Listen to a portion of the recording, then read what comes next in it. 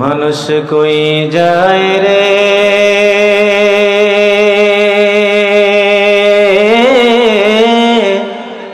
দুনিয়া ছাড়িয়া, মসজিদের পালকি আনা দোলা দেয় সাজায়া তারে, জনমের লাগিয়া মানুষ কই যায় রে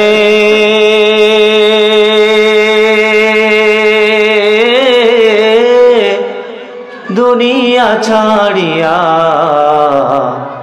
মসজিদের পালকি আনা দোলা দেয় সাজায়া তারে, জনমের লাগিয়া।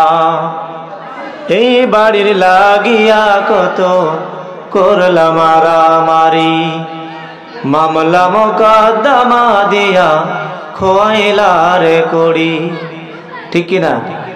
এই বাড়ির লাগিয়া কত করলাম মারামারি, মামলা মোকদ্দমা দিয়া খোয়াইলা রে করি। আজকে তুমি যাবে চলে, আজকে তুমি যাবে চলে সব কিছু ফেলিয়া, মসজিদের পালকি আনা দোলা দেয় সাজায়া তারে, জনমের লাগিয়া মানুষ কই যায় রে দুনিয়া ছাড়িয়া, মসজিদের পালকি আনা দোলা দেয় সাজায়া তারে, জনমের লাগিয়া। আসসালামু আলাইকুম ওয়া রাহমাতুল্লাহি ওয়া বারাকাতুহু। আলহামদুলিল্লাহি ওয়া কাফা ওয়া সালামুন আলা ইবাদিহিল্লাযীনা ইসতাফা, আম্মা বা'দ। ফাআউযু বিল্লাহি মিনাশ শাইতানির রাজীম। বিসমিল্লাহির রহমানির রহিম।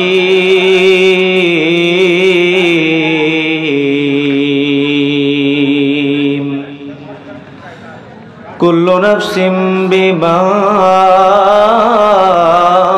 কাসাবাত রাহিনা ইল্লা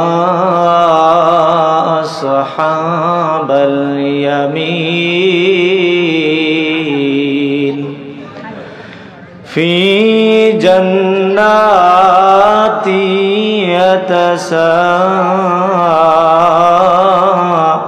ইয়াতাসাআলুন আনিল মুজরিমিন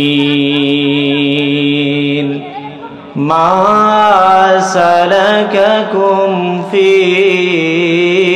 সাকার ক্বালু লাম নাকু মিনাল মুসাল্লিন।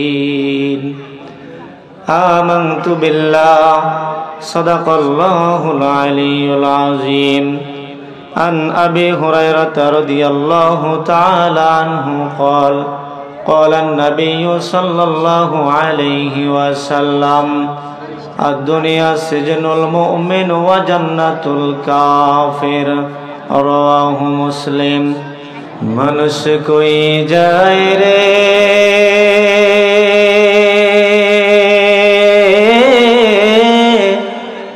দুনিয়া ছাড়িয়া,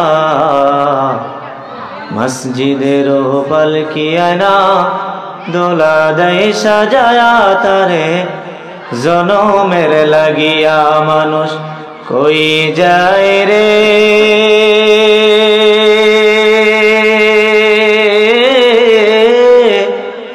দুনিয়া ছাড়িয়া,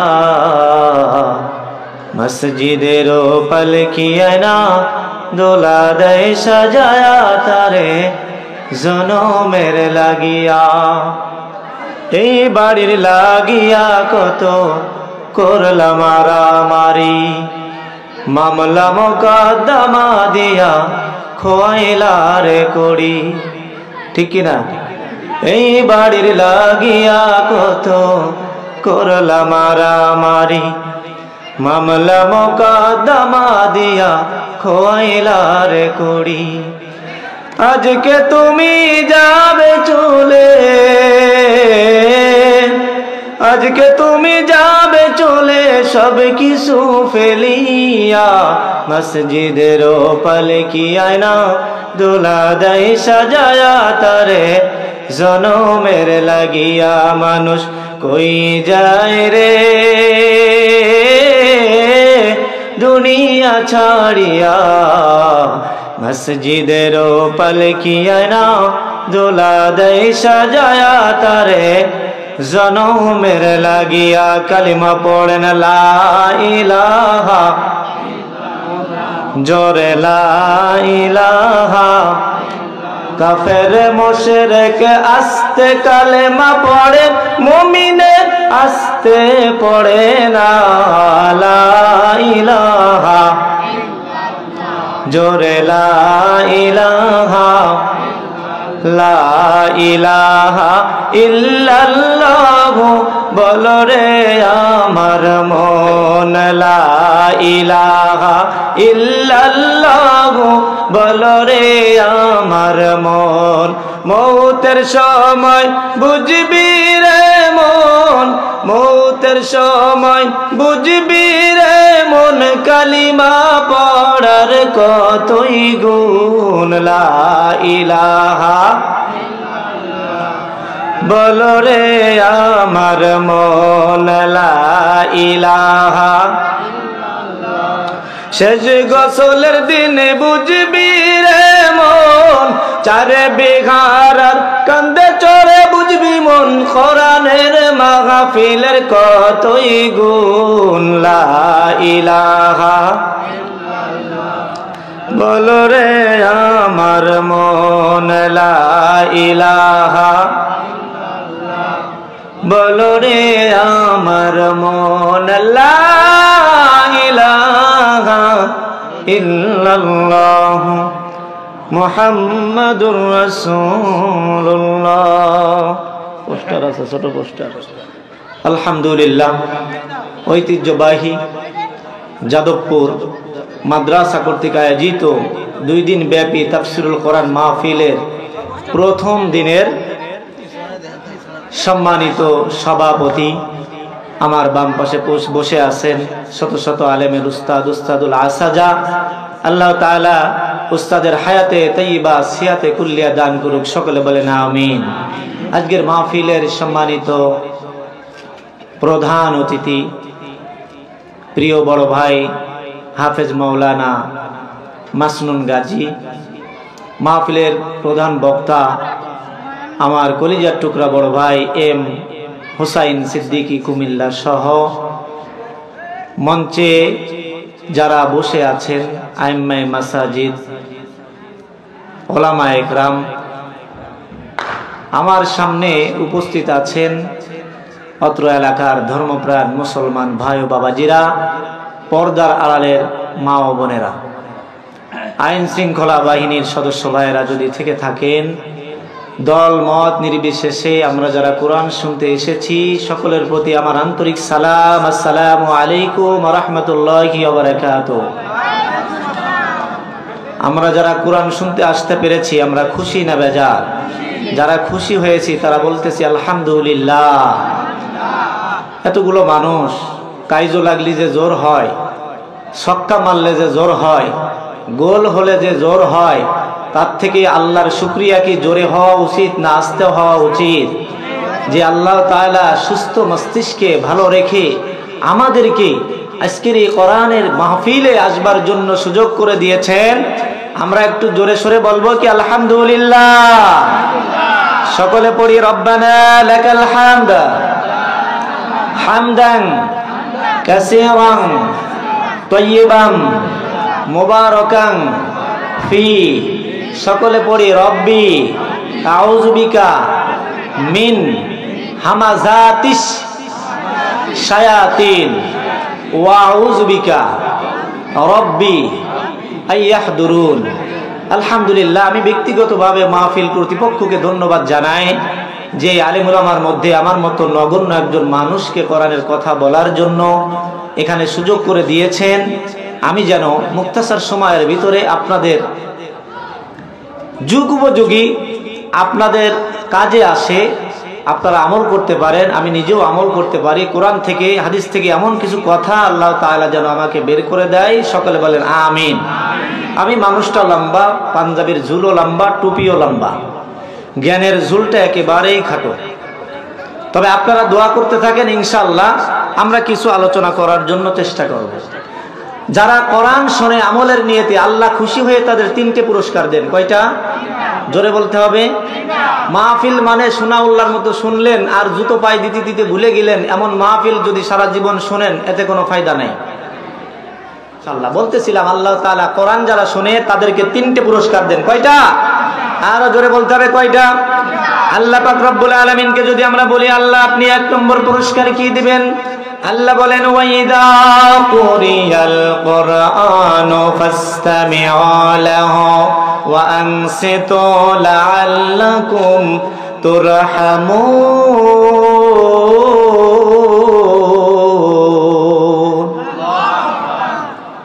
আল্লাহ বলেন যারা ধৈর্যের সাথে আমলের নিয়তে কোরআনের আলোচনা শোনে, আমি আল্লাহ খুশি হইয়া আসমান থেকে তাদের উপরে বৃষ্টির মতো রহমত বর্ষণ করতে থাকি। আর জোরে বলেন সুবহানাল্লাহ। সুবহানাল্লাহ জমা রাখার কোনো কিছু নাই। প্রধান বক্তা আসলে, দ্বিতীয় বক্তা আসলে আরো জোরে বলবেন, তখন আরো লোক বেশি হবে। আমি আলোচনা করতেছি, লোক কম, আওয়াজ যেন আসতে না হয়। আমি যখন দেখবো যে আপনাদের আওয়াজ ছোট হয়ে গেছে, আস্তে করে আমি দোয়া করে বিদায় নিয়ে চলে যাব। যত সময় দেখবো যে আপনারা ওমরের মতো, আবু বকরের মতো, যুবকের মতো, খোলাফায়ে রাশেদার যুবকদের মতো, বদরের ময়দানের যুবকদের মতো কড়া সুন্দরভাবে শক্ত জবাব দিচ্ছেন, তত সময় আমি আলোচনা চালিয়ে যাব ইনশাআল্লাহ। আল্লাহ তাআলা তৌফিক দান করুক। সকলে বলেন আমিন। আমরা যদি আল্লাহকে বলি আল্লাহ দ্বিতীয় পুরস্কার কি দিবেন? আল্লাহ বলেন ওয়া নুনাজ্জিলু মিনাল কুরআনি মা হুয়া শিফাউ ওয়া রাহমাতুল লিল মুমিনিন। আরো জোরে বলেন আল্লাহু আকবার। আল্লাহ বলে বান্দা বান্দি যদি ধৈর্যের সাথে কোরআন শোনো, 2 নম্বর পুরস্কার তোমাকে দিব, সেটা হলো তোমার অন্তরের আর দেহের যত রোগ আছে সব রোগ থেকে আমি আল্লাহ তাআলা মুক্তি দান করে দিব। এবার যদি আমরা আল্লাহকে বলি আল্লাহ আপনি বলেছেন 3 নম্বর পুরস্কার দেবেন, এই 3 নম্বর পুরস্কারটা কি? আল্লাহ বলে বান্দারে 3 নম্বর পুরস্কার হলো ফাউলাইকা ইউবাদদিলুল্লাহু সাইয়্যাতিহিম হাসানাতিন ওয়া কানাল্লাহু গফুরুর রাহিমা। আল্লাহ বলে বান্দা যদি ধৈর্যের সাথে আমল করবা, এই নিয়তে যদি তুমি শোনো, আমি আল্লাহ তাআলা তোমার বিগত জীবনের যত গুনাহ আছে সব গুনাহকে আমি আল্লাহ তাআলা মাফ করে দিব।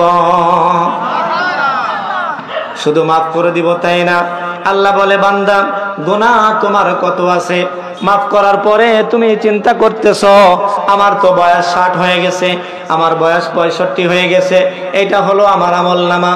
দেখতে পাচ্ছেন এই লেখা যে কিতাবটা, এইটা হলো আমার আমলনামা।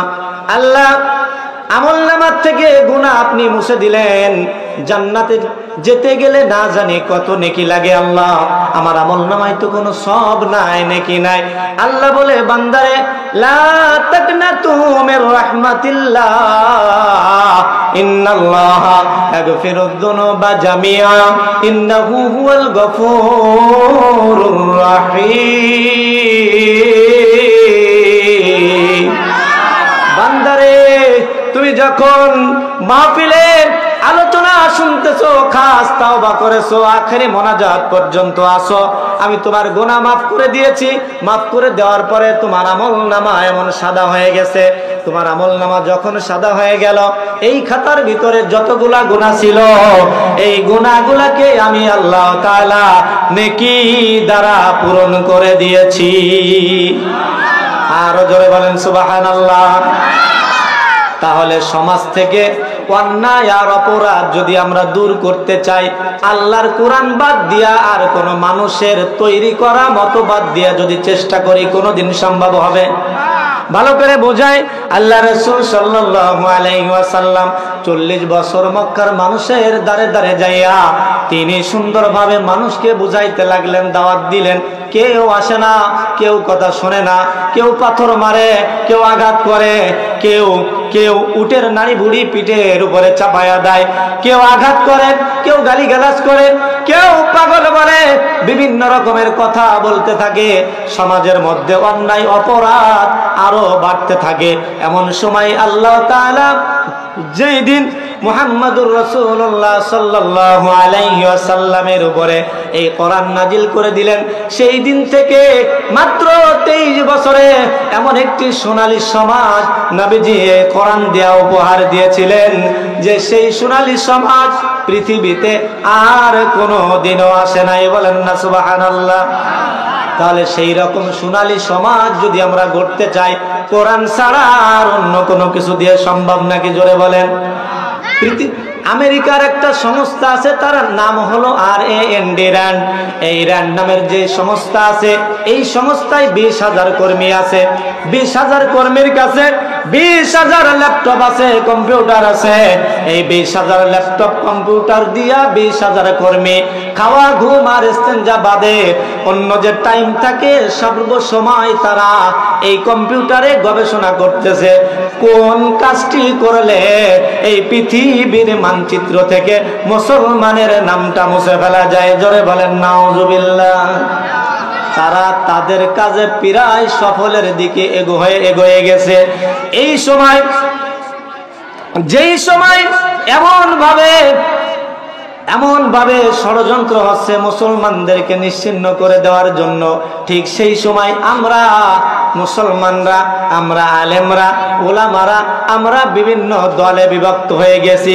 কার টুপি কেমন, কার দাড়ি কেমন, কার জুব্বা কেমন, কে কোন আকীদার, আমরা এই আকীদা নিয়ে ব্যস্ত আছি। আর তামাম পৃথিবীতে মুসলমান মেরে তারা শেষ করে দিচ্ছে। বলেন কথা ঠিক কিনা?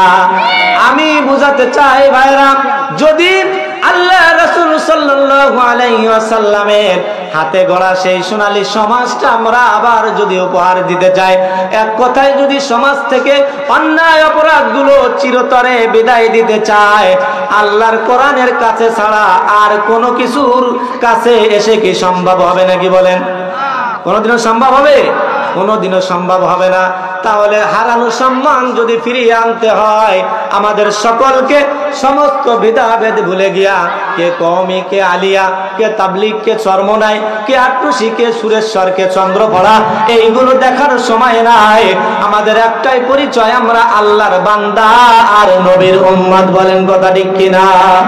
নারায়ে তাকবীর, লিল্লাহি তাকবীর। বীর মুসলমান দরওয়াল কোরআন ফিরায়ে আনো সেই হারানো সম্মান। নারায়ে তাকবীর, লিল্লাহি তাকবীর।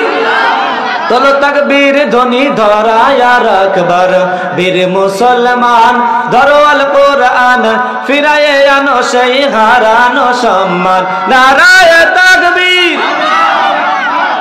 গত বছর এই টাইমে আমার প্রোগ্রাম ছিল হুগলাডাঙ্গা বাজার মসজিদে।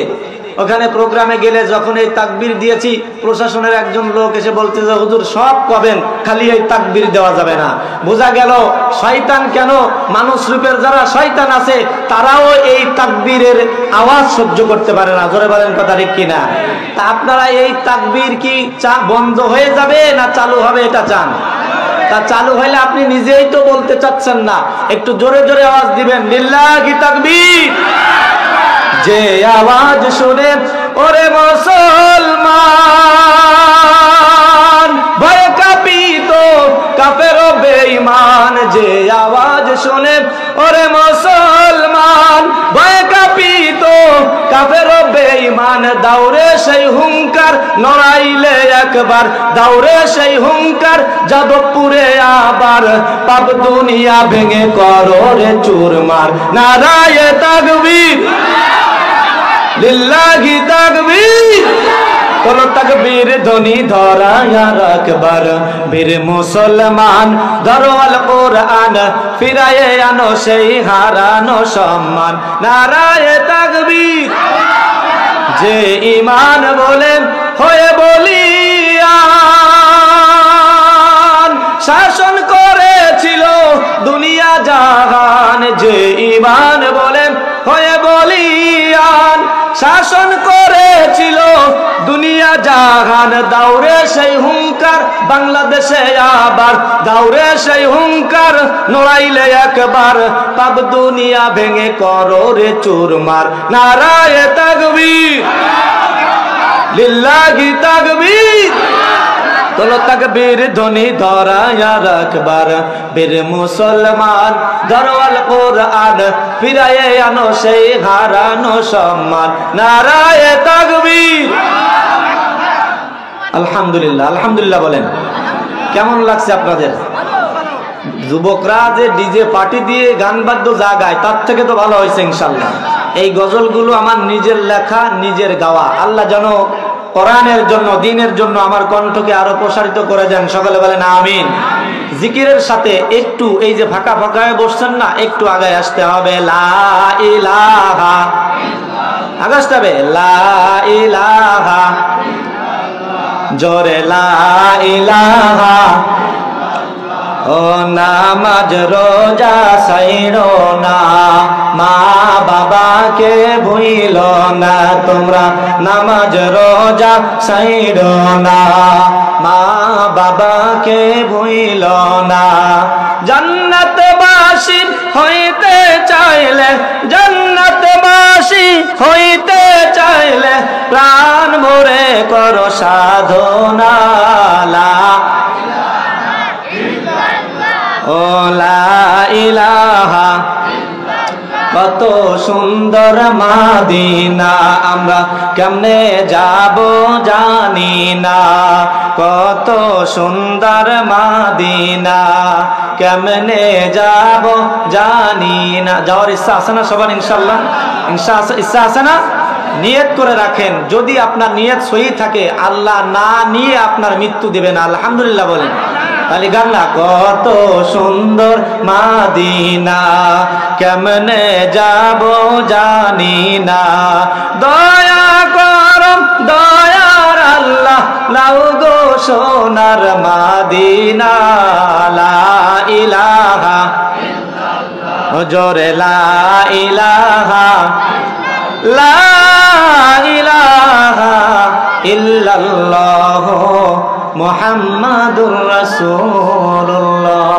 সকলে বলি সাল্লাল্লাহু নবীজি বলেছেন যদি কেউ আমার প্রতি দুরূদ পাঠ করে আল্লাহর পক্ষ থেকে তারপরে 10টি রহমত নাজিল হয় বলেন না সুবহানাল্লাহ আর পক্ষান্তরে কোন উম্মত যদি আমার নামে দুরূদ পাঠ না করে আমার নামে যদি দুরূদ পাঠ না করে তাহলে তার নামটা বকিলের খাতায় কৃপণের খাতায় চলে যায় জোরে বলেন না নাউজুবিল্লাহ তাহলে নবীর প্রতি দুরূদ পড়তে রাজি আছেন না না ইনশাআল্লাহ দুরূদ পাঠ করবেন ইনশাআল্লাহ আমরা সরাসরি আলোচনার মধ্যে চলে যাব হ্যালো আমি আপনাদের দিকে তাকিয়ে আছি আপনারা আমার দিকে অ্যাটেনশন দিবেন যাতে আমি যা দিই আপনারা সঠিকভাবে নিতে পারেন রাজি আছেন না ইনশাআল্লাহ আমরা পড়েছি আল্লাহ রাসূল সাল্লাল্লাহু আলাইহি ওয়াসাল্লাম এই যে মিরাজ সবে মিরাজ গেল এই মিরাজে আল্লাহ রাসূল সাল্লাল্লাহু আলাইহি ওয়াসাল্লামকে আল্লাহ তাআলা এই 7 তবক আসমান জমিন ভেদ করে আল্লাহ তাআলা তাকে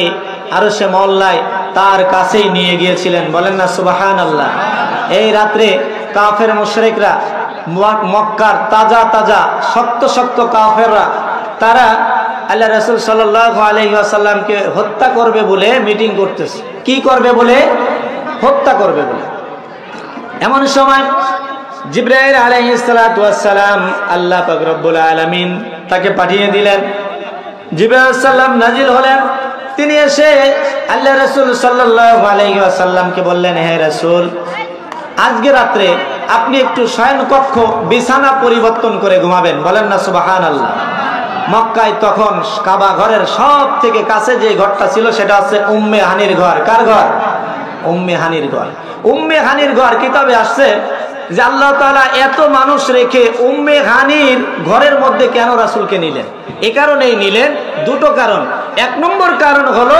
মক্কা কাবা ঘরের সব থেকে কাছে উম্মে হানির ঘর ছাড়া আর কারোর ঘর ছিল না দুই নম্বর কারণ হলো আল্লাহ তাআলা এই মেরাজের সাথে সাথে উম্মে হানিকেও ভাইরাল করতে চায়, বলেন না সুবহানাল্লাহ। যাতে করে এমন ভাবে আল্লাহ তাআলা ভাইরাল করবেন, কিয়ামত পর্যন্ত যেই মেরাজের ঘটনা বর্ণনা করবে উম্মে হানির কথা উচ্চারণ না করে সে মেরাজের ঘটনা সম্পূর্ণ করতে পারবে না। তা আল্লাহ যদি ভাইরাল করে কোনো ক্যামেরা, বলেন আল্লাহ যদি ভাইরাল করে কোনো ক্যামেরা, আমাদের সমাজে তো কিছু বক্তা বার হয়েছে, প্রত্যেকের কাছে ক্যামেরাম্যান থাকে, ক্যামেরা থাকে, উদ্দেশ্য হচ্ছে আলোচনা যাই হোক না হোক আমি ভাইরাল হব। কি হব? আরে গাধা, আল্লাহ যদি ভাইরাল না করে তুই হাজার চেষ্টা করেও ভাইরাল হতে পারবি না, বলেন কথা ঠিক কিনা? আর আল্লাহ যদি ভাইরাল করে দেয় মৃত্যুর আগ পর্যন্ত, কেন মৃত্যুর পরেও শত শত বছর, হাজার হাজার বছর পরেও মানুষ তোমাকে ভাইরাল হিসাবে মনে রাখবে, বলেন কথা ঠিক কিনা? আল্লাহ রাসূল সাল্লাল্লাহু আলাইহি ওয়াসাল্লামকে নিয়ে রাত 12টার সময় জিবরিল আলাইহিস সালাম আসলেন। এসে আল্লাহ রাসূল সাল্লাল্লাহু আলাইহি ওয়াসাল্লামকে বলেন, হুজুর একটু দরজা খোলেন। বলে ঘটনা কি? আসেন না, একটু কথা আছে। কি কথা? কাবার ঘরের ওখানে নিয়ে ফেরেশতারা ঘিরে ধরছে। জিবরাইল আলাইহিস সালাতু ওয়াস সালাম এই শাহাদাত আঙ্গুল দিয়ে আল্লাহ রাসূল সাল্লাল্লাহু আলাইহি ওয়াসাল্লামের এইখান থেকে এই নাভি পর্যন্ত একটা টান মেরে দিলেন। বক্ষদাই খুলে গেল, ওপেন হার্ট সার্জারি। আল্লাহ রাসূল সাল্লাল্লাহু আলাইহি ওয়াসাল্লামের হার্টকে এরকমের ভাবে একটা পেয়ালার ভিতরে এনে, কোন রিওয়ায়াতে আসছে যে ওটা ছিল জমজম কূপের পানি, আর কোন রিওয়ায়াতে আসছে ওটা ছিল হাউজে কাউসার। এই পানি দিয়া আল্লাহ রাসূল সাল্লাল্লাহু আলাইহি ওয়াসাল্লামের হার্টকে সুন্দর করে ধুয়ে আরো সুন্দর করে মজবুত করে আবার জিবরাইল আলাইহিস সালাম তার যেখানে ছিল সেখানে আবার প্রতিস্থাপন করে দিলেন। আবার সঙ্গে সঙ্গে হাতটা টেনে দিলেন, ওপেন হার্ট সার্জারি মতো এরকমের ভাবে আবার পূর্বের ন্যায় হয়ে গেল, বলেন না সুবহানাল্লাহ। আল্লাহ রাসূল সাল্লাল্লাহু আলাইহি ওয়াসাল্লামকে একটা বাহনে করে নিয়ে যাওয়া হবে।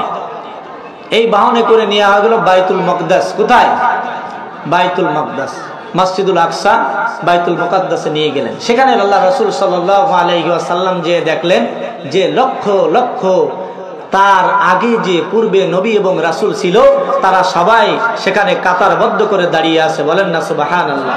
জিবরিলকে জিজ্ঞাসা করলেন, হ্যাঁ জিবরিল, এখানে আমাকে কেন আনা হয়েছে, আর এরা কারা?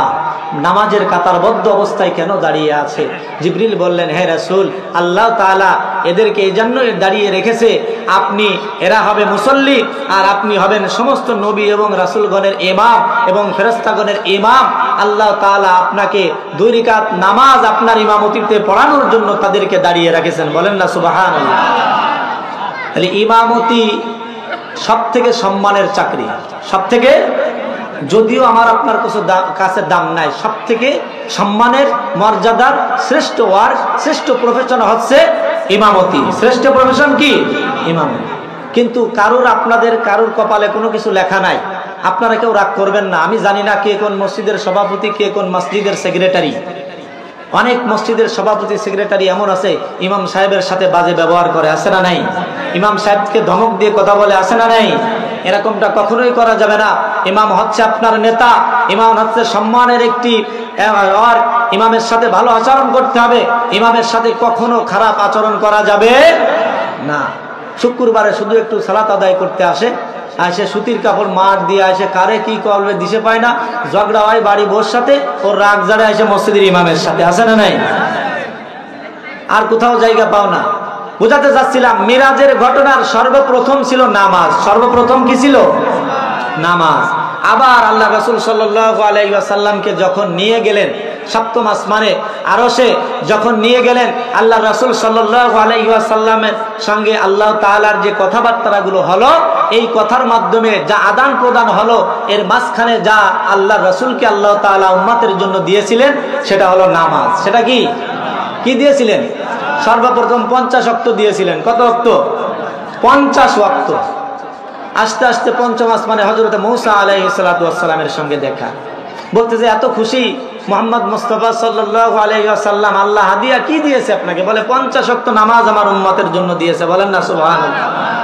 সাইয়েদনা মূসা আলাইহিস সালাতু ওয়াস সালাম বলতেছেন, আরেকবার একটু কষ্ট করে যান, কারণ আমার উম্মত হায়াত পাইতো 500 বছর, 600 বছর, 1000 বছর, 100 বছর, 150 বছর, 200 বছর, 300 বছর। আপনার উম্মত হায়াত পাবে সর্বোচ্চ গড় আয়ু 65 বছর। মুরব্বীরা জ্বালা খতম পড়তে পড়তে মরবে না, যুবকরা যারা তারা টিরাকের তলে শুয়ে পড়বে। আপনার উম্মতের হুত মৌতির তেমন কোনো ভালো মন্দ গ্যারান্টি থাকবে না, যখন তখন ঠস করে পড়ে যাবে। আমার উম্মত এত সময় পায়, তার জন্য 3 ওয়াক্ত নামাজ ছিল, তাই আমি ভালো করে পড়াতে পারি নাই। অমিয়া 50 ওয়াক্ত নামাজ নিয়ে গেলে তো 1 ওয়াক্ত নামাজ পড়ে বাড়ি আসতে আসতে ওযু করে আবার জাতি আরেক ওয়াক্ত নামাজের সময় হয়ে যাবে। বলেন কথা ঠিক কিনা? এভাবে করে আল্লাহ রাসূল সাল্লাল্লাহু আলাইহি ওয়াসাল্লাম আবার গেলেন, ফেরত যখন আসলেন 5 ওয়াক্ত কমাইলেন। লম্বা ঘটনা, 5 ওয়াক্ত কমাইলেন। এইভাবে 9 বার আল্লাহ রাসূল সাল্লাল্লাহু আলাইহি ওয়াসাল্লামকে আল্লাহ তাআলা তার কাছে নিলেন। 10 এইভাবে এই বারবার কেন আল্লাহ রাসূলকে আল্লাহ তাআলা নিলেন? কারণ মুফাসসিরে ইকরাম লিখেছেন, আল্লাহ রাসূলকে আল্লাহ তাআলা কোরআনের ভাষায় বলেছেন হাবিব। হাবিব বলা হয় সেই বন্ধুকে যেই বন্ধুর জন্য আল্লাহ তাআলা নিজেই সব কিছু করতে পারে। বলেন না সুবহানাল্লাহ। বন্ধুত্ব মজবুত করার জন্য তিনি নিয়েছিলেন। তাহলে মিরাজের শুরু নামাজ, মিরাজের মাঝে নামাজ। আল্লাহ রাসূল সাল্লাল্লাহু আলাইহি ওয়াসাল্লাম যখন ঘুরে আসলেন, আবার বাইতুল মুকাদ্দাসে এসে 2 রাকাত নামাজ পড়লেন। কয় রাকাত? জোরে বলেন, কয় রাকাত? 2 রাকাত সালাত আদায় করলেন। জিবরিল বললেন, হে রাসূল, এই 2 রাকাত সালাত কেন আদায় করলেন? রাসূল বললেন, জিবরাইল, আল্লাহ আমাকে যে এই যে অল্প সময়ের ভিতরে এত বড় ভ্রমণ আমাকে করিয়েছেন, এত কিছু শিক্ষা দিয়েছেন, তার কাছে আমাকে নিয়েছেন। আমি আল্লাহ তাআলার কাছে আমি খুশি হয়ে শুকরানা শুকরিয়া আদায়ের জন্য 2 রাকাত সালাত আদায় করেছি। বলেন না সুবহানাল্লাহ। তাহলে সম্মান আল্লাহ আপনাকে বৃদ্ধি করবে, ক্ষমতা আল্লাহ আপনাকে দিবে, টাকা পয়সা আল্লাহ আপনাকে দিবে। মনে রাখতে হবে, যদি আপনি শুকরগুজার না হন, আল্লাহর শুকরিয়া আদায় না করেন, আপনি যদি ক্ষমতা পায়া ক্ষমতার অপব্যবহার করেন, যদি সঠিক ব্যবহার না করেন, যদি সঠিক ব্যবহার করেন, তাহলে আপনার সম্মানকে আরো বাড়িয়ে দিবেন কে? বলেন, কে বাড়িয়ে দিবেন?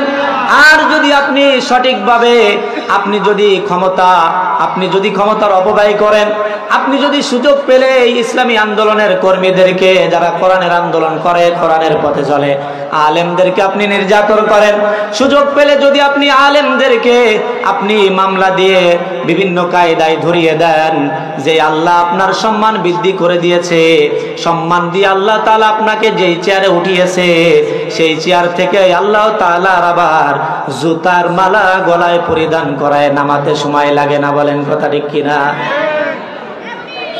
এজন্য শুকরিয়া আদায় করতে হবে। তাহলে আমি বুঝাতে চাচ্ছিলাম যে এই যে মিরাজের মূল শিক্ষা ছিল নামাজ। মিরাজের মূল শিক্ষা ছিল কি? নামাজ। আমি যে আয়াত তেলাওয়াত করেছি, এই আয়াতের মধ্যে আল্লাহ তাআলা বলেছেন, কিয়ামতের ময়দানে আপনি যখন আপনার বন্ধুর সাথে জান্নাতে থাকবেন, জান্নাতের মেহমান যখন হয়ে যাবেন, জান্নাতে যেতে চাই না ইনশাআল্লাহ আমরা? জান্নাতে যারা যাবেন, জান্নাতে যাওয়ার সঙ্গে সঙ্গে আপনি সকালবেলায় যখন ঘুম থেকে উঠবেন, আপনি যখন টেবিলে বসবেন, আপনি যখন চা নাস্তার জন্য আপনার বন্ধুর সঙ্গে সময় কাটাবেন, ঠিক সেই সময় বাম পাশ থেকে একটা আওয়াজ ছুটে আসবে, কে যেন কাকে মারতেছে, ঝুড়িয়ে ফেলাই দিচ্ছে, এমনভাবে নির্যাতন করতেছে, এমন আওয়াজ আপনি দুনিয়াতে শোনেন নাই। আপনি কৌতূহলবশত সেখানে যাবেন, যাওয়ার পরে তাদেরকে জিজ্ঞাসা করবেন, জিজ্ঞাসা করার আগে দেখেই চিনে ফেলাবেন, তো আমার এলাকার ঝন্টু, আমার এলাকার নান্টু, একই বাজারে বাজার করতাম, একই সাথে চলাফেরা ছিল, একই পুকুরে একই নদীতে গোসল করতাম, একই ইউনিয়নে বাড়ি ছিল, একই গ্রামে বাড়ি ছিল, আবার আমার বন্ধুও ছিল, আমার সঙ্গে দেখা হতো, কথা হতো।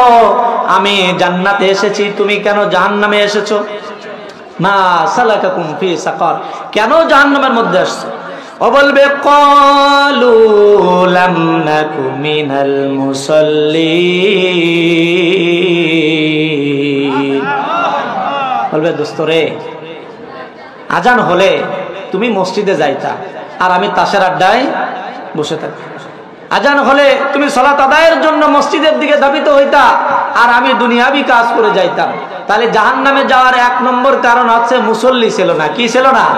মুসল্লি ছিল না। আবার সমাজের কিছু এমনও মানুষ আছে যারা 5 ওয়াক্ত সালাত আদায় করেও জাহান্নামের লাকড়ি হবে, এমন লোকও সমাজে আছে। আছে না? নামাজ পড়ে শরীক পাকি দেয়, আছে না নাই? নামাজ পড়ে সুদের লেনদেন করে, আছে না নাই? এত কষ্ট রাখবো কোথায়, রাখার জায়গা নাই ভাইরে, এত কষ্ট রাখবো কোথায়, রাখার জায়গা নাই, আমাদেরই কপালেতে শান্তি বুঝি না। 5 ওয়াক্ত নামাজ পড়ে কপালে তার দাগ, মক্কাতে যায় না মেয়ের আগে লাগায় হাজি সাহেব, ঠিক কি না? আচ্ছা, একবার হজ করে যদি নামের আগে হাজি লাগায় রাখা লাগে, 5 ওয়াক্ত নামাজ পড়েন, নামাজের আগে নামাজিও লাগাই দিবেন, সমস্যা নেই। বছরে জীবনে একবার হজ করে যদি হাজি না লেখা পর্যন্ত আপনার ভাত হজম না হয়, তাহলে আপনি নামাজিও লাগাই দিবেন। শুধুমাত্র নামের জন্য হজ করে এমন ব্যক্তি আছে না নাই? 5 ওয়াক্ত নামাজ পড়ে কপালে তার দাগ, মক্কাতে যায় নামের আগে লাগায় হাজি সাহেব, চা দোকানে বসে হাজি টেলিভিশন চায়, আছে না নাই? নামাজ পড়ে, জামাতে নামাজ পড়ে, টুপিটা মাথায় দিয়ে আবার জামাতে বসে চায়ের দোকানে টেলিভিশন দেখে, আছে না নাই? আমি আমার ওই পাশে নড়াইলে একজনকে জিজ্ঞাসা করলাম, চাচা দাড়ি আছে, টুপি আছে, খেতে বসছি, দেখলাম যে উনি মাশাআল্লাহ চার দোকানে তো আর বর্তমানে ওয়াজ চলে না, যা চলে আপনারা জানেন যারা দেখেন, বিভিন্ন হিন্দি ফিল্ম, বিভিন্ন নাচা গাওয়া, বেপরদা বেহায়াপনা অশ্লীলতা চায়ের দোকানে টেলিভিশনে চলে, বলেন কথা ঠিক কিনা? আমি ওনাকে দেখলাম টুপি মাথায় দিয়েই দেখতেছে। আমি জিজ্ঞাসা করলাম যে কাকা টুপি মাথায় দিয়ে? উনি আমাকে বলতেছে, বাবা এটা আমার নামাজ পড়ার টুপি না। আমি বললাম যে নামাজ পড়ার টুপি না কেন? তা মানে ওনার নামাজ পড়ার টুপি আলাদা, টিভি দেখার টুপি আলাদা, উনি এটা বোঝাতে চেয়েছে। মানে অপরাধের তো একটা সীমাবদ্ধতা আছে নাকি বলেন? যুবক মানুষ একটা অপরাধ করলো, অনেক সময় শয়তানের ধোঁকায় পড়ে করে ফেলেছে, কিন্তু আপনার দাড়ি আছে, টুপি আছে, আপনি হয়তো ভুলে হোক বা বুঝে হোক আপনি এই এমন অপরাধ করবেন না যাতে আল্লাহ নারাজ হয়ে যায়। তাহলে চায়ের দোকানের টেলিভিশনের সাথে আমাদের কোনো সম্পর্ক? সুদে ঘুষে জীবন কাটে করে দুর্নীতি, এমন লোক হয় যদি মসজিদের সভাপতি। কষ্ট পাইছেন? আপনাদের এলাকায় নাই, আমার এলাকায় আছে, আছে না? ইমামের বেতন দেয় 3000 টাকা, কত টাকা? সভাপতি সেই সিগারেট খায় 10,000 টাকা, কত টাকা? মানুষ দুটো জায়গায় খরচ করতে কষ্ট পায়, কয়টা জায়গায়? সমান্ত ভাইরা কথা বলেন, কয় জায়গায় খরচ করতে কষ্ট পায়? এটা মানুষের স্বভাব। মানুষ দুইটা জায়গায় খরচ করতে কষ্ট পায়। 1 নম্বরে হচ্ছে লক্ষ লক্ষ টাকার মালিক 50,000 টাকা দিয়ে টেলিভিশন কেনে, এরপরে 1 কোটি টাকা দিয়ে ঘর বানায়, আবার অন্যান্য কাজে হাজার হাজার লক্ষ লক্ষ টাকা খরচ করে, মসজিদের 50 টাকা মাসিক চাঁদা বছর ভরে বাকি থাকে, আছে না? এই যে উনি গাফেলাতি করে হোক ইচ্ছা করে হোক দিতেই চায় না, আছে না নাই? 2 নম্বর খরচ করতে কষ্ট পায়, সব কিছু চলে, শুধুমাত্র বৃদ্ধ মা বাবার পান সুপারি আর ওষুধের টাকা হয় না, আছে না নাই? সুদে ঘুষে জীবন কাটে করে দুর্নীতি, এমন লোক হয় যদি মসজিদের সভাপতি। উচিত কথা কইতে গেলে মোল্লার চাকরি নাই ভাইরে, উচিত কথা কইতে গেলে মোল্লার চাকরি নাই, আমাদেরই কপালেতে শান্তি বুঝি নাই, ঠিক কিনা? তাহলে এই যে যারা শুনলেন সঙ্গীতের মধ্যে, এরা সালাত আদায় করেও জাহান্নামের লাকড়ি হবে। কারণ কি? মানুষকে ফাঁকি দিয়েছে, এতিমের হক নষ্ট করেছে, ভাই বোনের হক নষ্ট করেছে, জাল দলিল করে অন্যের সম্পদ লিখে নিয়েছে, আছে না নাই? আর তো বিনা হিসেবে জান্নাতে যাবে নাকি বলেন? খালি জান্নাত নাকি?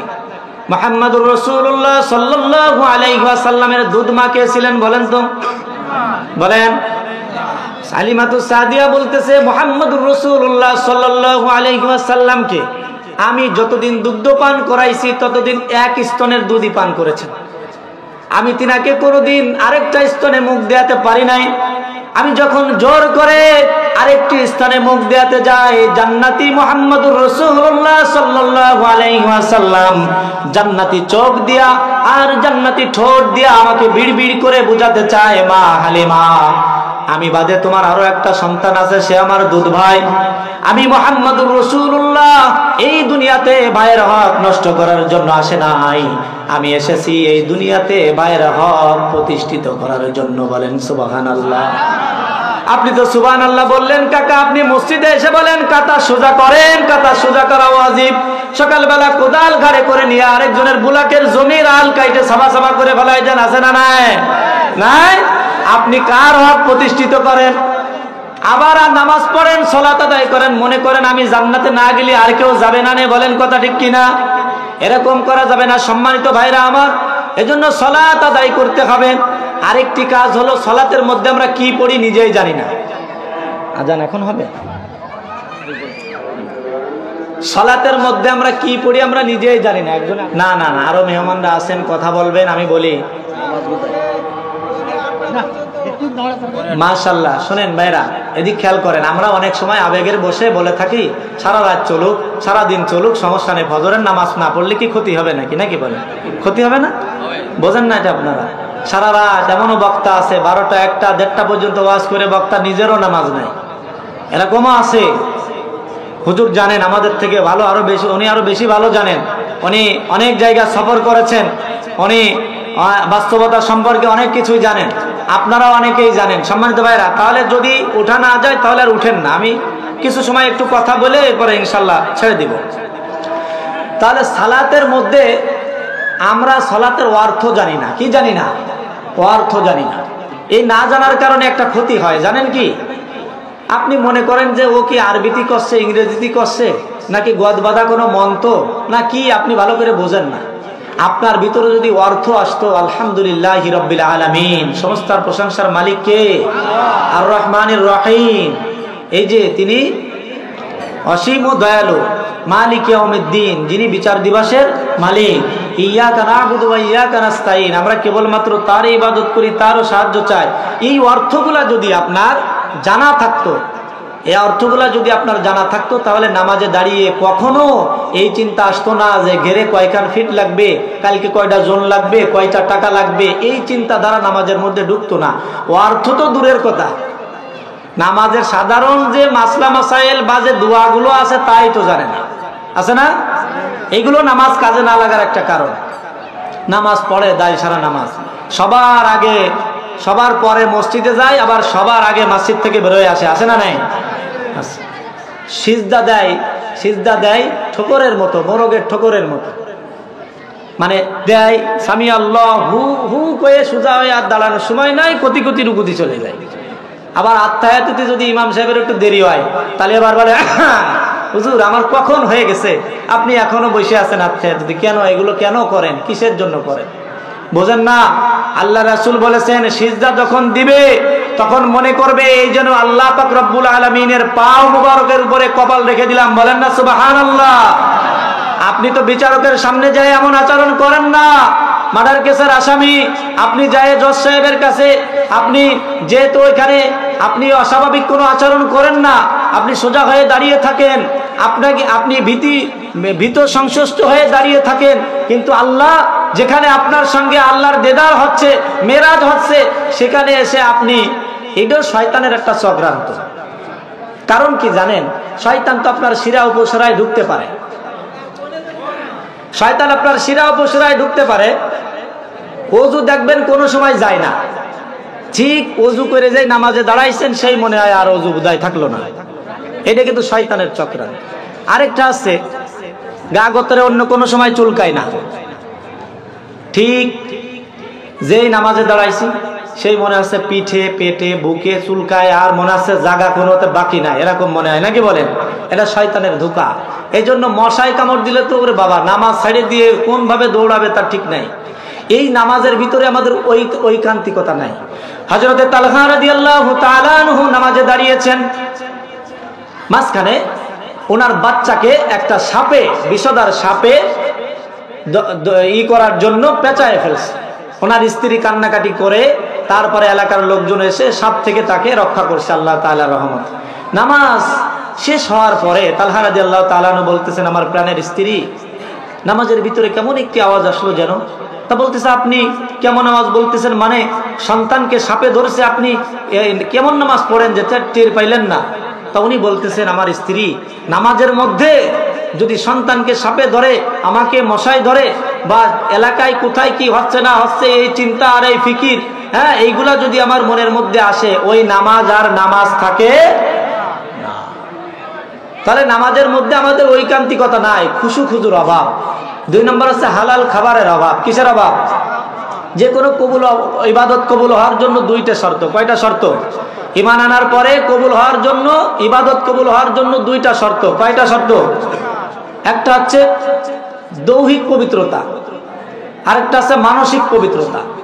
দৈহিক পবিত্রতা অর্জন হয় ওযু আর গোসলে, মানসিক পবিত্রতা অর্জন হয় হালাল খাবারে। আমি যে জুব্বাটা গায়ে দিয়ে আসি, মনে করেন 1000 টাকা খরচ হয়েছে, এর মধ্যে 1টি টাকা যদি হারাম থাকে, যতদিন এই জুব্বা গায়ে দিয়ে সালাত আদায় করব আর করাবো, ততদিন আমার ইবাদত কবুল হবে। আপনি তো হালাল হারাম বাছাবাছি নাই, এজন্য হালাল হারাম এগুলো জানার দরকার আছে। আমার জন্য কোনটা হালাল, আমার জন্য কোনটা হারাম। আপনি হালাল হারাম না জেনেই, আপনি তাহকিক না করে খানা আসলেই খেয়ে ফেলেন। এগুলো খানা আসলেই খেয়ে ফেলানো যাবে না। আর রাজা আসের মতো গলা টাইনে টাইনে খায়, পাল্লা দিয়ে খায়, গলা উপর দিকে দিয়ে বড় এক ঢেকুর ছাড়ে বলে আলহামদুলিল্লাহ। প্রিয় ভাইরা, এর নাম শুকরিয়া না। শুকরিয়া হলো পেটকে 3 ভাগ করবেন, 1 ভাগ খালি রাখবেন, 1 ভাগ খাবার খাবেন, 1 ভাগ পানি খাবেন। আল্লাহ যখন যে হালাত রাখে শুকরিয়া আদায় করবেন। আল্লাহ বলে লাইন শাকারতুম লাযিদান্নাকুম ওয়া লাইন কাফারতুম ইন্না আযাবি লাশাদীদ। আমি আল্লাহ তাআলা তোমার নিয়ামতকে আরো বৃদ্ধি করে দিব। বলেন না সুবহানাল্লাহ। আল্লাহর নিয়ামতের শুকরিয়া আদায় করবেন, আল্লাহ তাআলা অবশ্যই আপনার নিয়ামতকে বাড়িয়ে দিবেন। তাহলে নামাজের মধ্যে আমাদের ঐকান্তিকতা নাই। নামাজের ভিতরে সামি আল্লাহু লিমান হামিদা বলে একটি দোয়া আছে, রব্বানা লাকাল হামদ হামদান কাসীরান তাইয়িবান মুবারাকান ফি। যদি নাও জানেন তাও ওইটা পড়া পর্যন্ত আপনাকে দাঁড়িয়ে থাকতে হবে। এটা নামাজের একটা স্টেশন, এটা নামাজের একটা স্টেশন, দাঁড়িয়ে থাকতে হবে। আরেকটি জায়গা আছে 2 সিজদার মাঝখানে। 2 সিজদার মাঝখানে আপনি তো আল্লাহু আকবার কয়ে মাজা সোজা করার টাইমে আবার আল্লাহু আকবার সুবহান রাব্বিয়াল আলা যে 3 বার 5 বার 7 বার পড়বে এত সুযোগ নাই। কিন্তু 2 সিজদার মাঝখানে যে এটাও একটা স্টেশন, এখানে আপনি ওইখানে একটা দোয়া আছে, আল্লাহুম মাগফিরলি ওয়ারহামনি ওয়ারযুকনি ওয়াহদিনি ওয়াআফিনি। এটা উলট পালট করে পড়া যায়। তবে আপনারা এটা না জানলেও অপেক্ষা করতে হবে কিছু সময়। যদি না করেন তাহলে তো আপনার নামাজ হলো না ভাইরা। আত্মায়াত ঠিক মতো পড়তে হবে। আর সামনে আসতেছে মাশাআল্লাহ রমজান মাস। আমাদের দেশে খতম তারাবি এবং সূরা তারাবির যে প্রতিযোগিতা, কে কার আগে নামাজ শেষ করে বাড়ি যেতে পারে, অনেক ইমামরাও এরকম। তাহলে ফরজ নামাজ আর তারাবির নামাজ এর ভিতরে তো কোনো পার্থক্য নাই। এটা ফরজ নামাজ, এটাও নামাজ, ওটা সুন্নাতে মুআক্কাদা, ওইটাও নামাজ।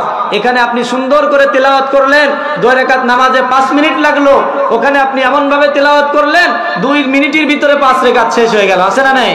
এটা নামাজ না নামাজের নামে তামাশা? যা পড়বো, যতটুকু পড়বো অল্প আমলি নাজাতের জন্য যথেষ্ট হবে। সুন্দরভাবে ঐকান্তিকতার সাথে খুজুর সাথে পড়বো। রাজি আছেন না নাই? আপনারা মুসল্লি বড় চালাক। ধর্মতলা মসজিদে আমি কিছুদিন খতিব ছিলাম। তো আমাকে কমিটি কয় যে হুজুর 1:30টায় নামাজ দিলি কিছু লোক আইসে পারে না, কি করা যাবে? তাহলে 45 দেন। 45 যারা দিছি তারা পরের জুম্মায় আরো 5 মিনিট দেরি করে আসে। মানে উনি গড়ি ধরে রাখে, ইমাম সাহেব খুতবা শেষ করবে তারপরে ঢুকবো। কেন? আপনি কি নামাজ পড়েন? ইয়া আইয়ুহাল্লাযীনা আমানু ইযা নুদিয়া লিস-সালাতি মিন ইয়াউমিল জুমআহ।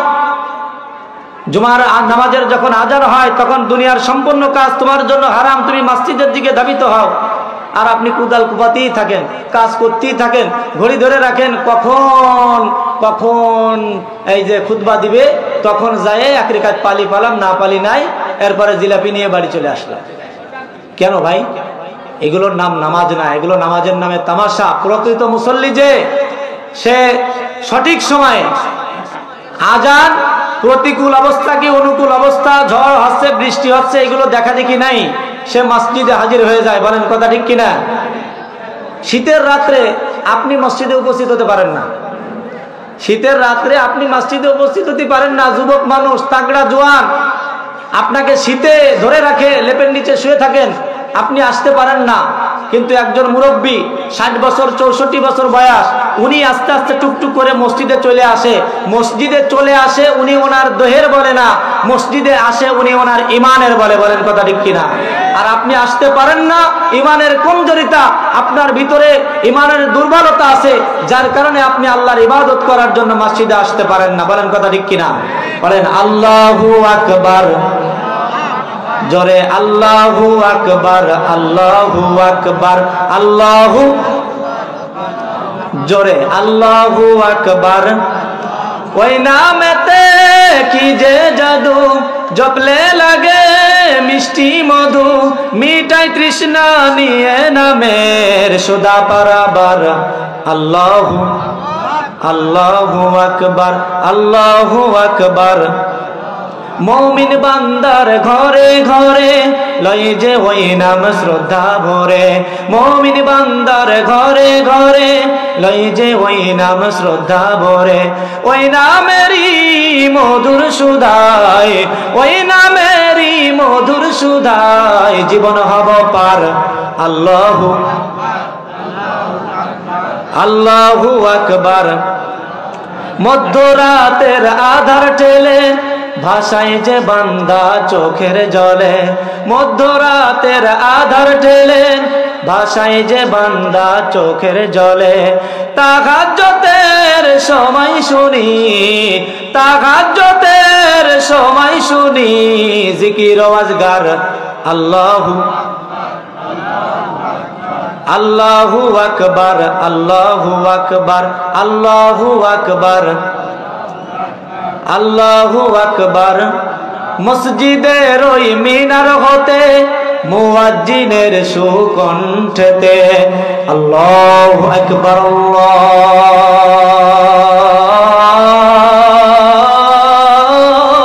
আল্লাহু আকবার, আল্লাহু আকবার,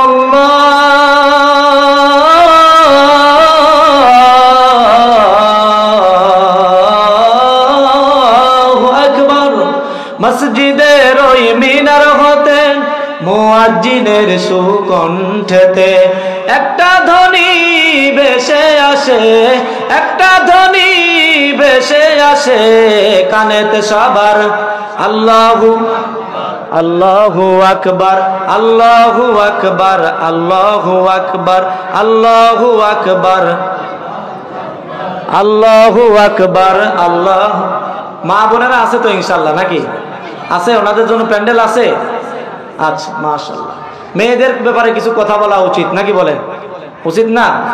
মেয়েরা তো পর্দা ভুলেই গেছে। এই আধুনিকতার যুগে যদি আমি পর্দার কথা বলি, আপনারা কবেন হুজুর মনে হয় এই গ্রহেই নাই। মহিলাদের জন্য 3 জন ব্যক্তি মৃত্যু সমতুল্য। কয়জন? বলেন কয়জন? 1 নম্বর হচ্ছে দেবর। 1 নম্বরে কি? দেবর চেনেন?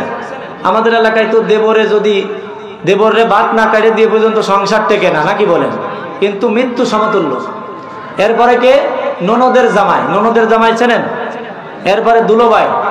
আমরা কি কই? এমনই যা দুলোভাইয়ের সাথে মার্কেট করে আইনি। তাহলে কোরআন হাদিস একদিকে, আপনি যান আরেকদিকে। আমরা কোরআন হাদিসের সাথে সাংঘর্ষিক। নারী লোকের জন্য মাত্র 4টি কাজ। কয়টি কাজ? মেয়েরা ভালো করে শোনেন। নারী লোকের জান্নাতে যাওয়া জানিও কোনো কঠিন নয়, নারী লোকের জান্নাতে যাওয়া জানিও কোনো কঠিন নয়। 4টি আমল করতে পারলে জান্নাতে যাওয়া সহজ হয়।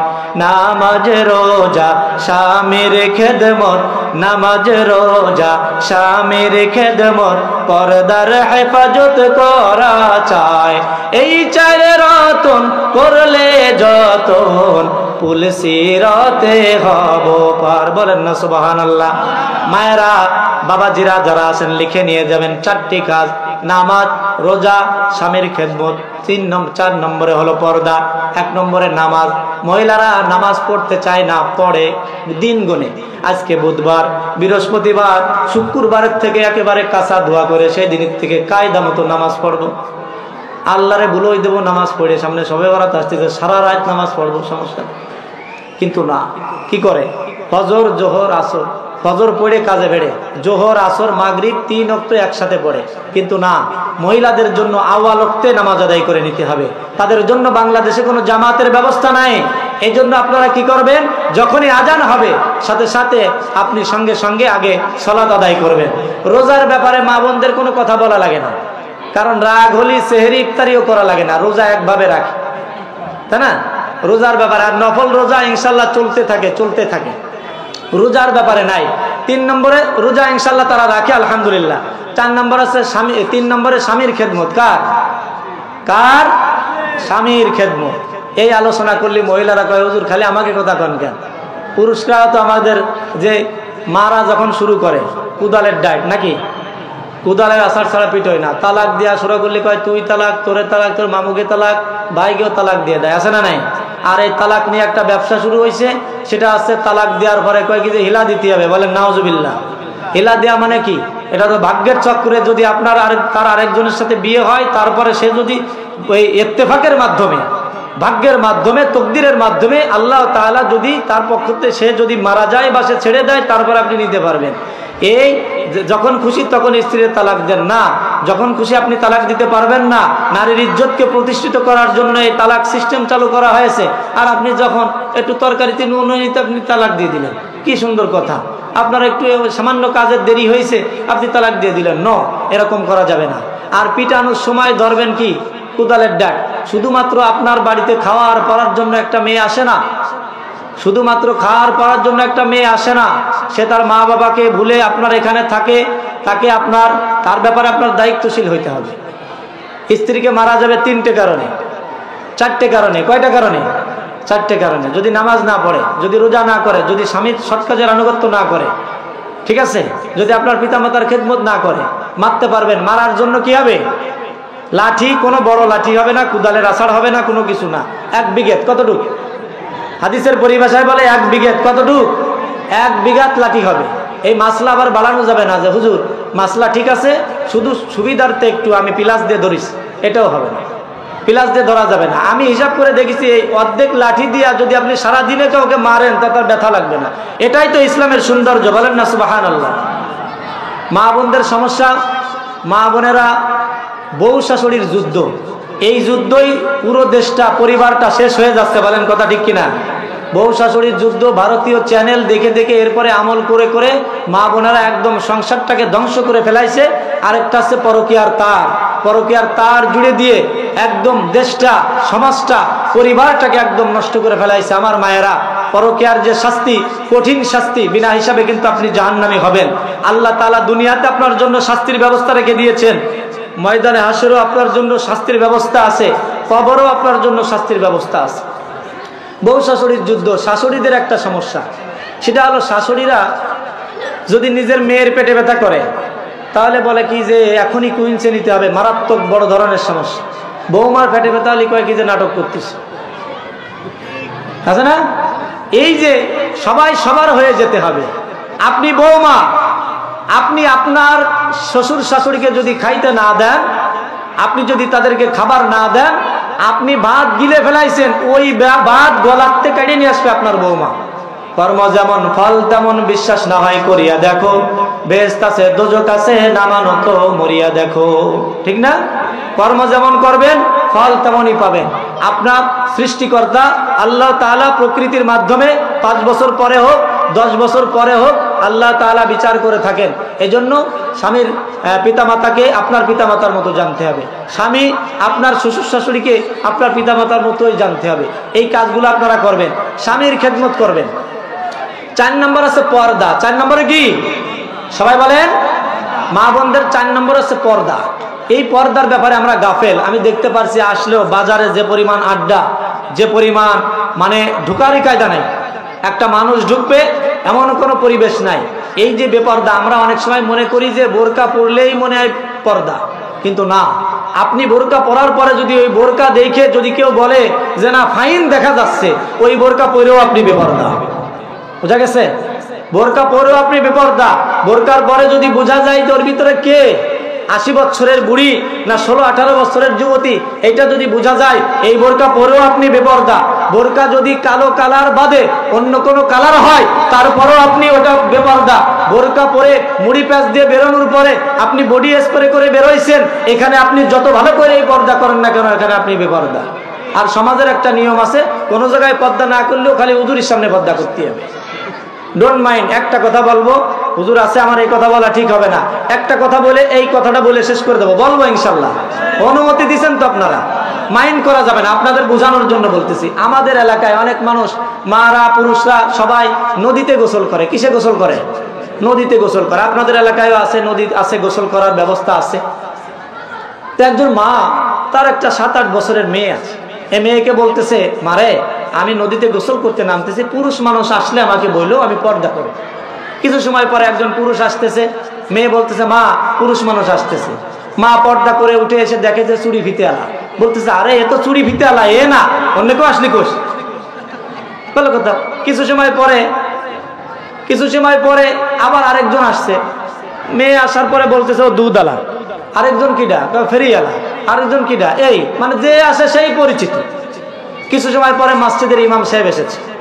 মসজিদের ইমাম সাহেব আসার পরে মেয়ে চিন্তা করতেছে, এই হুজুর তো আমাদেরই ইমাম, আমার তো মক্তব পড়ায়, আমাকে বাড়িতে খায়, তা যার কথা ওই মা আমার এসে ধমক দেয়, হুজুরি কথার কর নাই, বললো না বলার পরে মা পর্দা করে এসে হুজুরকে দেখে মেয়েকে এক থাপ্পড় দিয়ে বলতেছে, বেয়াদব, হুজুর আসতেছে তুই বলবি না আমি পর্দা করব। পর্দার বিকল্প হয়ে গেল। এই যে একটা ভুল প্রথা, আমরা শুধু মনে করি যে শুধু হুজুরের সাথে পর্দা করতে হবে। না, মহিলাদের জন্য 14 জনের সাথে দেখা দেয়া, 14 জনের সাথে দেখা দিতে পারবে। কোরআনে বর্ণিত আছে 14 জন। হুররিমাত আলাইকুম উম্মাহাতুকুম ওয়া খালাতুকুম ওয়া আখওয়াতুকুম ওয়া বানাতুল আখি ওয়া বানাতুল উখতি ইত্যাদি ইত্যাদি আছে। যে 14 জনের সাথে চিরতরে আপনার বিবাহবদ্ধ হারাম, এই 14 জনের সাথে আপনি দেখা দিতে পারবেন। তাছাড়া আর কারোর সাথে আপনি দেখা দিতে পারবেন না। কিসের 14 জন? বাজার ঘাটে না গেলে, আমাদের এলাকার মহিলারা না গেলে বাজারে বেচা কিনাই হয় না, ঠিক কিনা? সামনে আসতেছে রোজার মাস, মাশাআল্লাহ, আমাদের কোনো ঠাঁই নাই, কোনো জায়গায় প্লেস নাই, সব জায়গায় ওরা আছে না নাই? সম্মানিত ভাইরা, এই জন্য তাদেরকে ফিরাইতে হবে, বুঝাইতে হবে। তাদেরকে আপনারা একটু কোরআন হাদিস অধ্যয়ন করতে বলবেন, আপনারা একটু তালিম তরবিয়াত আলেমদের মাধ্যমে পর্দাগুলো শিক্ষা দিবেন। এখন তো সেই পর্দা নাই, পর্দা বিলুপ্তি হয়ে গেছে, যার কারণে আমাদের সমাজে অন্যায় অপরাধ কি আরো বাড়তেছে না কমতেছে? মা বোনরা যদি পর্দায় সঠিকভাবে চলে, তাহলে সেই আগেকার যুগে যেমন পণ দিয়ে বিয়ে করত, এখনো তাদেরকেও আবার সেই পণ সিস্টেম চালু হবে। বলেন কথা ঠিক কিনা?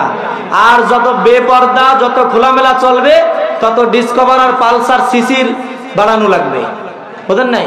এই জন্য তাদেরকে পর্দায় রাখার চেষ্টা করতে হবে, বেশি বেশি করে পর্দা করতে বলতে হবে। আপনি স্বামী, আপনি বড় ছেলে, আপনি বড় ভাই, আপনি স্বামী, যেই হন না কেন, আপনার অধীনস্থ যারা আছে তাদেরকে পর্দা করাবেন। যদি না করান তাহলে আপনিও জাহান্নামী হবেন। এরা আপনার নামে মামলা দিবে। কেন? যে আমাকে বলে নাই পর্দার কথা, আমার পরে তার শাসন চলতো, আমাকে পর্দার ব্যাপারে আমাকে কোনো কিছু বলে নাই, আমাকে জোর করে নাই পর্দা করার জন্য। তখন কি হবে? তখন আপনি ফেসে যাবেন। এজন্য দায়ুসের কোনো প্রশ্রয় দেওয়া যাবে না। ইনশাল্লাহ প্রত্যেকে পর্দা চালু করবেন। রাজি আছেন না? আপনার সন্তান কার কাছে যায়, ইন্টারনেটের যুগ, আপনি একটা মোবাইল কিনে দিছেন, ও পড়তেছে না কার সাথে চ্যাট করতেছে, কি করতেছে, আপনার কোনো খোঁজ নাই। আপনি তো মনে করতেছেন আমি নামাজ পড়তেছি ইনশাল্লাহ, অন্যদিকে সব ঠিক আছে, ও পাশে তো অন্যরকম পরিবেশ। এই মোবাইল এসে, নেট এসে আরো বেশি সমস্যা। এইগুলো সরকারিভাবে টিকটক, ফেসবুক ভিডিও, রিলস, এইগুলো বন্ধ করা দরকার। যদি সরকারিভাবে বন্ধ করা না যায়, আমরা ওয়াজ করে কি করব? আমরা তো কোনোদিন কই না যে চুরি করো, ডাকাতি করো। আমরা তো সব সময় বলি যে ভালো কাজ করো, সালাত আদায় করো, নামাজ পড়ো, রোজা রাখো, হ্যাঁ, মানুষকে ফাঁকি দিও না। এরপরও অন্যায় অপরাধ বৃদ্ধি হতে চলেছে। কেন? কারণ হচ্ছে যে আমরা কোরআন হাদিসের সঠিক কথাগুলো আমরা শুনি, কিন্তু এটা আমরা আমলে নিই না। জোরে বলেন কথা ঠিক কিনা? তাহলে আমরা যে কথাগুলো শুনলাম, ইনশাল্লাহ আমল করব তো? আমি যে কথাগুলো আলোচনা করেছি, আল্লাহ তাআলা আমাদের সকলকে, আমি সহ আমাদের সকলকে এই কথাগুলোর উপরে আমল করার তৌফিক দান করুক। সকলে বলেন আমিন।